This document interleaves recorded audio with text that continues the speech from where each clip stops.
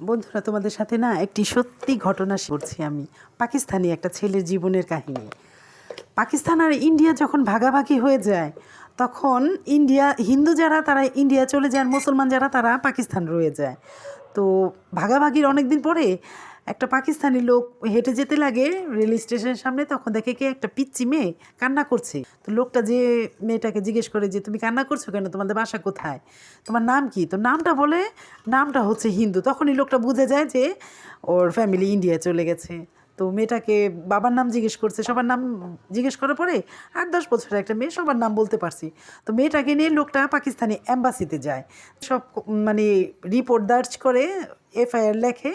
তো এই এফআইআর আবার ইসের মধ্যে পাঠায়, পাকিস্তানি ইন্ডিয়ান অ্যাম্বাসিতে পাঠায়।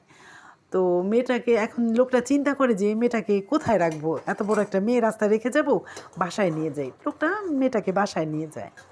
বাসায় নিয়ে যাওয়ার পরে লোকটার ওয়াইফ আর লোকটা মেয়েটাকে পালে, 6-7 বছর পালে। পালার পরে মেয়েটা যখন বড় হয়ে যায়, লোকটা না চিন্তা করে যে আরেকখানে কেন বিয়ে দেবো, আমার ছেলে দিয়ে আমি রেখে দিই। তো ছেলের সাথে মেয়েটাকে বিয়ে দিয়ে দেয়। মেয়েটা তো হিন্দু, হিন্দু মেরে মুসলমান বানায়, মুসলমান বানায় ছেলে দিয়ে বিয়ে করায় রাখে। ওই মেয়েটার ঘরে একটা বাচ্চা হয়। তার বয়স যখন 1 বছর, তখন ইন্ডিয়ার থেকে খবর আসে, ওই অ্যাম্বাসি থেকে খবর আসে যে মেয়েটার ফ্যামিলির সন্ধান পাওয়া গেছে। তো ওই মেয়েটার বাবা মা আবার আইনি প্রক্রিয়াভাবে মেয়েটাকে ফেরত চায়, মেয়েটাকে নিয়ে যাবে আইনি প্রক্রিয়াভাবে। তো মেয়েটা সব ঠিকঠাক যাবে, বাবার বাড়ি ঘুরতে যাবে, বাচ্চার কাপড় চোপড়, মেয়ের কাপড় চোপড়ও নিয়ে নিছে, নিয়ে ট্রেনে মাত্র পাড়া দেবে, তখন মেয়েটার মাথায় এইটা আসে যে না, আমি তো হিন্দু, আমার বাচ্চাটা মুসলমান, আমার ফ্যামিলি যদি না মেনে নেয় আর ইন্ডিয়ার লোক যদি আমার এই বাচ্চাটার কোনো ক্ষতি করে, আমার বাচ্চা নেব না। তো মেয়েটা নাকি বাচ্চাটা হাজব্যান্ডের কাছে রেখে যায় যে আমি তো কিছুদিনের জন্য বেড়াতে যাচ্ছি, দেখো বাচ্চাটা ওকে নেব না।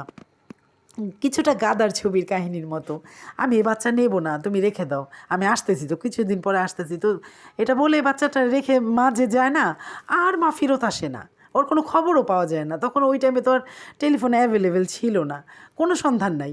তো লোকটা বাচ্চাটাকে পালতে থাকে, পালতে পালতে না লোকটা না একসময় না মানে বিরক্ত হয়ে যায় যে ওর মার কোনো নেই, মা ফেলে গেল, আমি এই বাচ্চা পালবো কেন।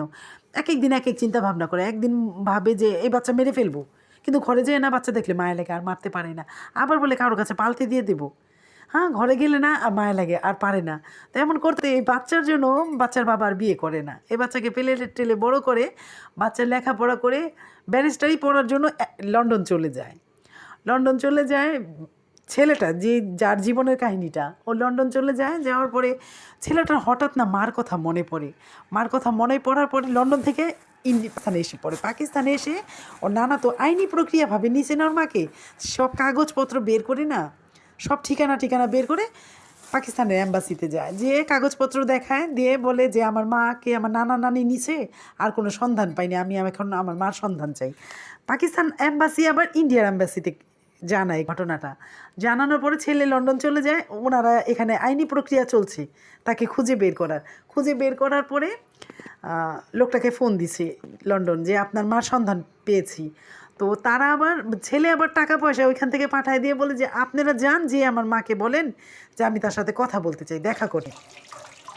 যাওয়ার পরে ওই লোকেরা যখন অ্যাম্বাসি থেকে যায়, যেয়ে বলে যে আপনি পাকিস্তানে একটা বাচ্চা রেখে আসছেন, আপনার সেই ছেলে আপনাকে এখন দেখতে চায়, আপনার সাথে কথা বলতে চায়। তো মহিলা ভাবে যে আমি এত বছর হয়ে গেছে, আমার এখানে 4-5টা ছেলে হয়ে গেছে, এই ঘটনা কেউ জানে না, মান সম্মানের প্রশ্ন। মহিলা অস্বীকার করে, না না না, পাকিস্তান বিয়ে হয় না, আমি কোনো বাচ্চা টাচ্চা আমি রেখে আসি নাই। তো এটা ওনারা আবার জানার পরে ছেলেটা বলে যে আমার মাকে আমি চাই না, আমার মা শুধু একটু কথা বলবো, আর আমার মার চেহারাটা কেমন আমি একটু এটা দেখতে চাই। তো এক হিসাবে অনেক ফোর্স করেই মার সাথে ফোনে কথা বলে, মানে অফিসে নিয়ে আসে, পরে ফোনে কথা বলে। যখন ছেলেটা ফোন রিসিভ করে মা, তখন শুধু ছেলেটা নাকি বলে যে মা কেমন আছো, এটা শুনি না মা আবেগে আপ্লুত হয়ে যায়, কান্না করে দেয়। তখন স্বীকার করে যে হ্যাঁ তুই আমার ছেলে, এই সেই মিলে যায়। তো ছেলে লন্ডন থেকে ডাইরেক্ট ইন্ডিয়া চলে যায়। ইন্ডিয়া যেয়ে মাকে লন্ডন নিয়ে যায়, ছোট 2-3টা ভাইয়ের লন্ডন নিয়ে যায়।